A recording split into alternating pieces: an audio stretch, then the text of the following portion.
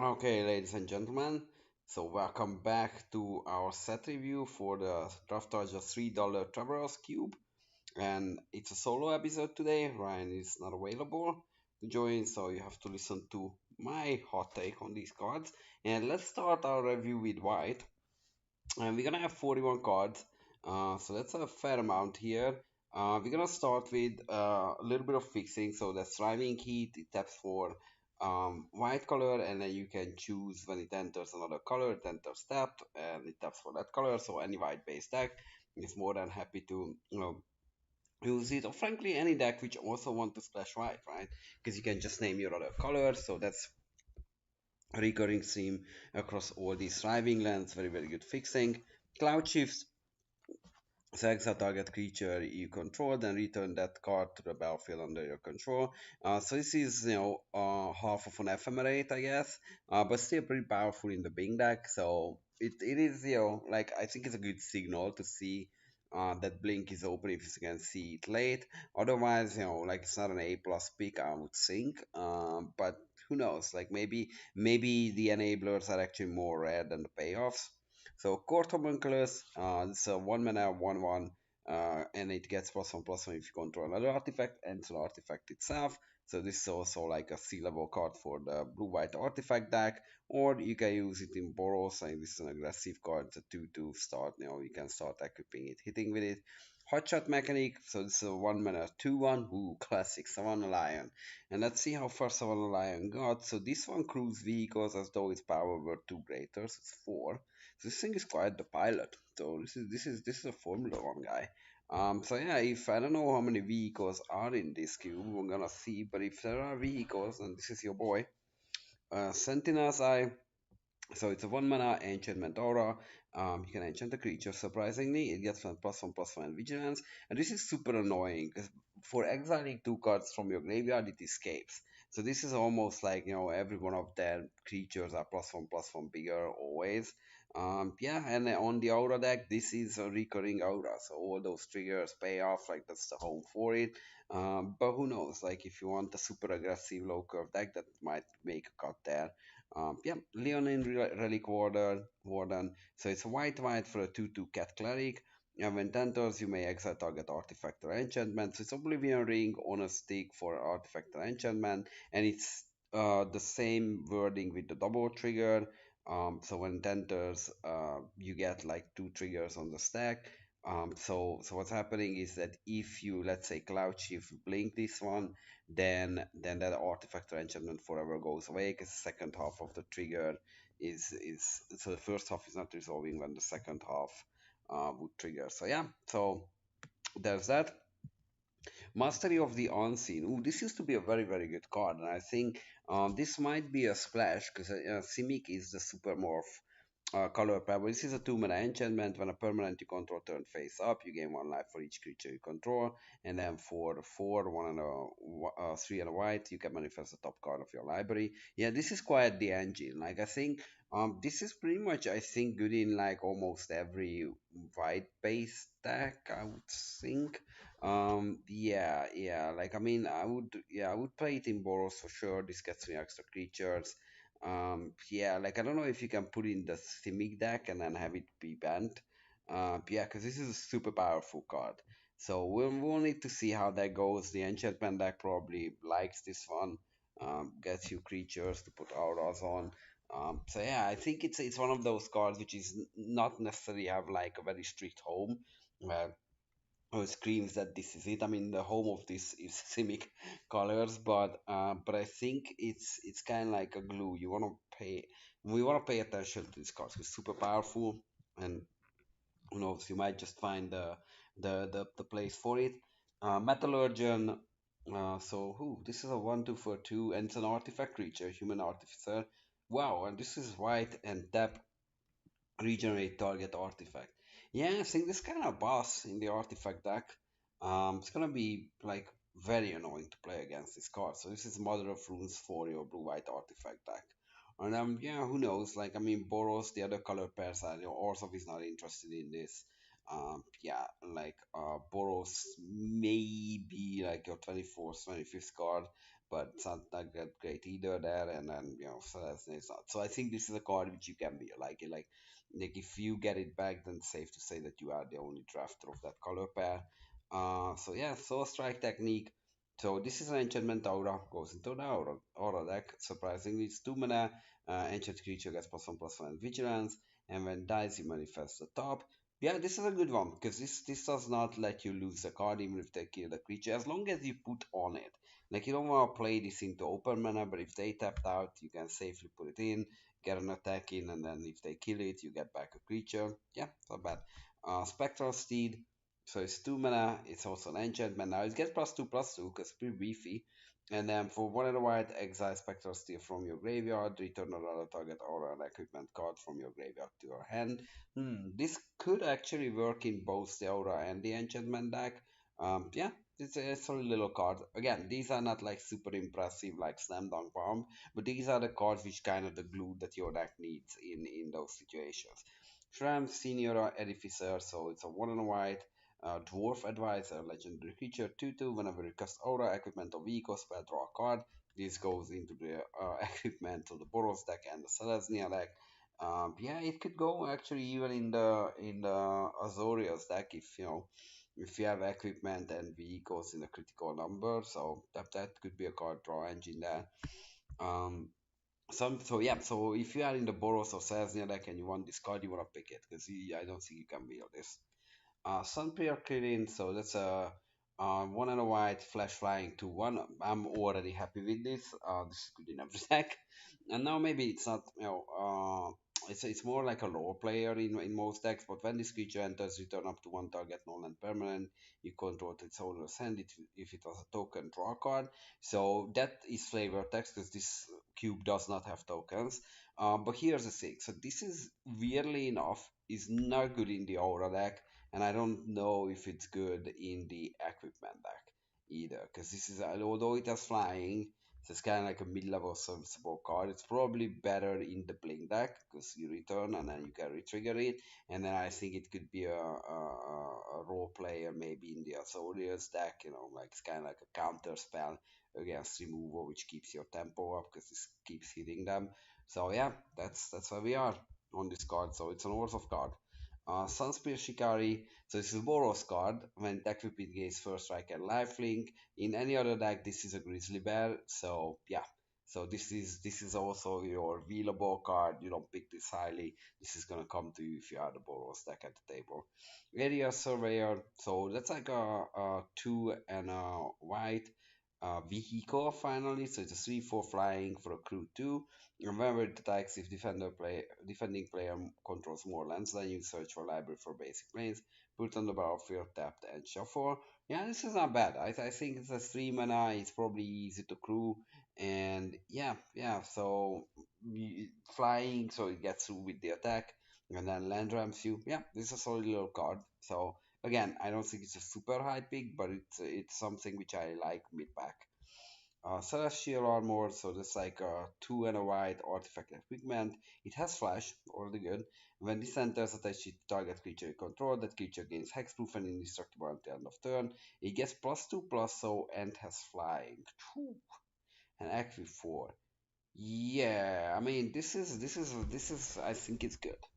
I really do think this actually is a good protection spell, which makes your attacker insanely good. Like imagine they try to kill your card at sorcery speed, you slam this on it, they tapped out, next turn they gonna take like 6, and they still need to do the +2/+, so flyer, and then you can re-equip 2 later in the game when you are a little flooded. So I think this is a nightmare to play against. Yep, so Danita, Kapashem Paragon. So this is a nightmare to play against if it's equipped, or any aura that put in there. Obviously says the Boros is the color pair, and this has everything you want. Like this is starts out as a gray ogre, but this has first strike vigilance and lifelink, and every aura you cast costs one less to cast. So this you can very quickly suit up, and if they don't have the removal spell, this is just gonna go all the way. This is a very high pick. Like if you serious going into this deck, this top 3 pick. Like you pick it that level. Fiend Hunter. So this is a 3 mana, 1 blue, white human cleric 1/3, and this has the Oblivion ring text on it. And also the board triggers, so when it enters the exiles, when it leaves, you get it back. So if it leaves before the exile happens, the creature is forever gone. Yeah, Flicker Wisp. So it's a 3 mana, 3/1 flyer. This is also in the Orzhov deck. When Flicker Wisp enters the battlefield, exile another target permanent. Return that card to the battlefield under its owner's control at the beginning of the next end step. So this can remove blockers too, notably. This can mess with their lands on a critical turn. Let's say they hold up mana, you remove the land, and then go through the combat step and then resolve something in the second main phase. So there's a lot of play to this card, and like people who play long enough Magic, they know the Flicker Wisp is good. Heliod's Pilgrim, that's excellent for the Aura deck. It's a 1/2 for 3 mana, but it's a tutor. It basically tutors an Aura, you get to your hand, and you have a body to put it on. So, what not to like here. Yeah, Light Form. This is also an enchantment, and when it enters the battlefield, it becomes an aura, and then you manifest a creature underneath it. Yeah, this is good. This is good. It triggers your aura synergies. Also, again, not like super high pick, so like these should come to you if you are in that deck. More of the Skyclaves. When it enters the battlefield, attach it to target creature. It gains +2/+2 flying first strike. That's quite the beater. And equip to white. Yeah, this is super good equipment. Not much to say. If you can chuck it on like anything, especially if that thing makes it cheaper to re-equip later. Yeah, this is a beating. So Mentor of the Meek. So this is from Innistrad. This is a weird artwork. It's beautiful, shall I say? So it's a gray ogre when we start, but when a creature with power 2 or less enters the battlefield, under your control you may pay 1 mana. If you do, draw a card. Basically, any white deck could use that. You're gonna have enough small creatures. The artifact deck can use it. The Boros deck obviously can use it. Selesnya can use it. This is just a solid white card. Yeah, I would pick this relatively highly because it covers some of your card advantage bases, I would think. Yeah, good card. And the lasso, Thunder Lasso from Thunder Junction. So, yeah, so when it enters, attach it to target creature you control. It gets +1/+1. And yeah, when it attacks, tap a target creature defending player controls. Yeah, this is aggressive. This is good in the equipment deck for sure. Outside of it, obviously it's a filler, but yeah, hey, this decent card should come to you. Trapped in the screen, yeah, War 2 could start, and otherwise it's like the Oblivion Ring, like Effect Again or Banishing Light, shall I say? Yeah, it specifies artifact, creature, enchantment. Yeah, but the War 2 makes it very, very annoying, so it's not easy to remove and get back the creature. So yeah, this is a good one, solid removal for white, any white deck, obviously. um, Unidentified, or yeah, if you are Aaron, by the way, you pick this like as an A+. If for anybody else, like that's like a B level card. Unidentified hover ship. So this is a 3 mana 2/2 flying crew 1. When it enters exile, up to one target creature with toughness 5 or less. Okay, so this gets a lot of things. And when it leaves the exiled card's owner manifests. Right now, this is great. This is really good. Like you can exile a bomb and they don't get it back. Like if this leaves, doesn't really matter. They manifest one, so they get technically half a card out of it, but that's all they got. So yeah, this is a very good version of this. Angelic Destiny. Oh yeah, this is quite the aura. Like this is what you want. This is your Big Mac here. So this is 4 mana. Enchant the creature gets +4/+4. Has flying, and first strike becomes an angel. And when it dies, you return this to your own. Jesus Christ. Yeah, this is it. I mean, you need 1/1 tokens, and this is gonna be good on that. You just cast this every turn, just hit them. This does not need to be, that does not involve too much thinking, is what I'm trying to say. Yeah, Archon of the Wilder. Oh, and by the way, yeah, this if you are on the Aura deck, like you pick it, this moves you to the Aura deck, right? Like, cause otherwise you're not gonna read it. Like I'm picking this in any white deck or any 3 color deck if it splashes white or double splash, mind you. But yeah, still. Archon of the Wild Rose, so it's a 2 and a white flying Archon 4/4. So that's already, I think it's a playable card in most format, even in Cube. It hits hard. Other creatures you control that are enchanted by auras you control have base power and toughness 4 and have flying. Yeah, this really beefs. So this is actually beefing your crew. Let's say you have a 2/2 enchanted like plus 3 plus 3. So now it's a 4/4 with plus 3 plus 3 7/7 plus flying. Yeah, this finishes games very fast. Aurelia's Vindicator. So this is a 4 mana 4/2. A flying lifelink ward 2 angel, which is good. Like the 2 toughness is a little weak, but the ward is nicely compensates for it. So they can just kill it with a shock if that's even in the cube. But when it turns face up, exile. So it has this guy's X3 and a white, and when turned face up, exile up to X other target creature from the battlefield and or creatures from the graveyard, and when it leaves, return the exiled cards to their owner's hand. Yeah, this is pretty good. This is a big mitigation factor too that they don't go back to the battlefield if they are exiled from the battlefield, but they go to the hand, so there's a tempo advantage there, and it just cleans everything, right? Like you can also put it in as a morph creature with the disguise, flip it up, yeah, yeah. Yeah, this is good. This is a good card if you want to do that trick. Otherwise, it's just a very good beating flyer, right?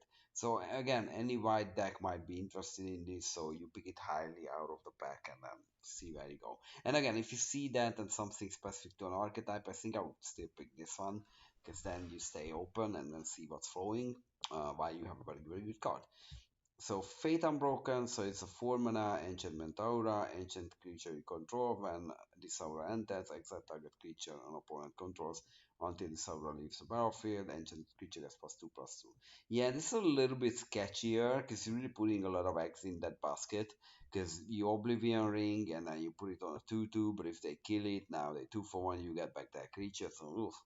Yeah. This is like this is if I still need removal, I use this, but otherwise, like I feel this card is kind of risky here. Yeah, but if you have a ward creature or something with hexproof, then hey, suit it up. Guardian of the Forgotten. It's a 4 mana 4/4 vigilance. Whenever a modified creature you control dies, manifest the top card of your library. Yeah, so this is enchantment. So Boros and Selesnya deck. Yeah, it goes in there. Otherwise, very very good. So yeah. I mean, look, like very very good in terms of on those decks. It gets back you the creature. Otherwise, it's like a filler. But yeah, that's what you want at like a late pick on these decks. So Indomitable Archangel, guess which deck this one's going for 4 mana for flying windmill craft. Guess what? So artifacts you control have Shroud as long as you control 3 or more artifacts. Yeah, this is super powerful. This is great. This kills single target removal. It's a good beater in the air. Yeah, there's a lot to like here, and that gravitates you to the artifact deck after that. Restoration Angel. So it's a classic. It's classic. Everyone loves a good Resto Angel. And it's an Angel 3/4 for 4 mana flash flying, already good. And when it enters, basically you can exile target non-angel creature you control, and then return that card to the battlefield under your control. So yeah, it's excellent in Wars of Blink, but I think also in other decks, obviously with auras it's less good and equipment because you need to re-equip. But for example, the artifact deck can use it. You can maybe even splash it if you have good ETBs. Who knows? But it's just a solid card. Set Star Tiger. So this is a 4 mana flash 3/3. When it enters battlefield, you gain protection from a card of your choice until end of turn. Hmm, interesting. Yeah. It's you gain protection, so not your creatures. So you can really do like blowouts, but it's a fog, kind of like a half fog attached to a creature. Yeah, this is not a high pick. If you need a filler card, I think on 4 mana, then you take this. Otherwise, like whatever. It's a replacement level card. Settle the wreckage. Yeah, this is good. So 4 mana for an instant. Exile or attacking creatures target player controls. That player may search for his library for that many basic cards, put them onto battlefield tapped, and shuffle his or her library. So your opponent loses the game. Essentially, that's what this says for 4 mana. If they swing out like with 3 creatures, then you settle the wreckage them, and the game is over. Like they're never gonna recover that, and they get some lands out of their library, so it increases their top deck chance. But if you have 3 creatures on the board, they're so far behind. on that attack, or like just two creatures and then you untap play a third creature. Yeah, this is absolutely devastating. Yeah, excellent card. So this is a first pickable card, and then you gravitate towards white decks at that point, and start seeing where you go from there. Unsettling Twins. So it's a 4 mana 2/2 when Unsettling Twins enters manifest dread. So this is again good for equipments and auras because it gives you two body. And then who knows? Maybe that super megamorph deck is actually not just Simic but bent. And if you can splash this, then hey, you get like two bodies. One of them is manifest red. Yeah, I don't know. And then also we have intenters, so you can blink it. It's good in Warsaw too, technically.